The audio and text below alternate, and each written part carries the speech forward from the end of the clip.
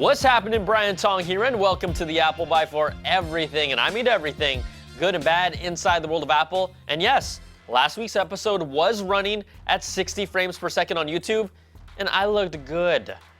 All right, let's get to the show. And the latest report from reputable French website iGen claims the pricing for the iWatch could balloon as high as $5,000. Now, we already know the entry-level Apple Watch will start at $350. iGen reports the stainless steel model will start at $500, while the gold Apple Watch price point could start between $4,000 to $5,000.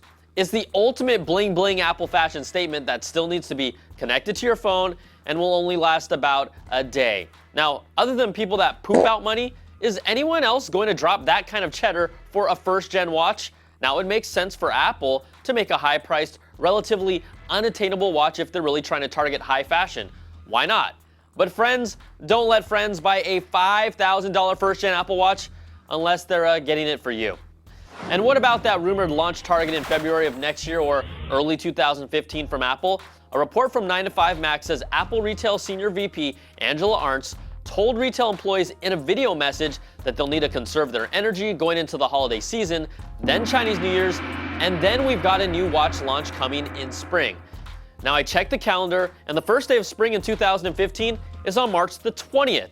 That's nowhere near February, and you know it's going to be releasing way after that. So I'm sorry if I just let you down, but here's a hug for you from me. Aww. It's warm, huh? All right, a new report from Chinese Economic Daily News newspaper says Apple is working on a 3D phone display that doesn't require the use of special glasses, and they're actively developing 3D software ecosystems. The report claims Apple's iPhones will be moving from the current in-cell display technology that won't be compatible with the 3D tech to new displays supplied by TPK. Now, this is really a stretch, even if Apple has filed patents as far back as 2012 showing off 3D iOS interfaces with motion gesture capability. We also saw how adding that feature worked out for the Amazon Fire Phone, and honestly, have you even seen anyone using a Fire Phone that doesn't work for Amazon? Anyone? Still waiting. Yeah, that's what I thought. All right, a new report from Newfield Wireless finds that US carriers have experienced a huge surge in voice over LTE use with the iPhone 6 and 6 Plus if your carrier has flipped on that switch, with 3G voice calling dropping by 1/5 the normal amount. Now, AT&T and Verizon followed that up with an announcement that they will work together to allow their customers to make voice over LTE calls to each other across the networks in 2015. Really, a rare instance where carriers appear to be working together for the consumer. And in more news, Starwood Hotels has officially launched its SPG keyless service, allowing guests to use their iPhones and future Apple Watches to unlock their hotel room doors. Now, I always get to the room just like this. But we know most people really get to the rooms and need keyless entry like this.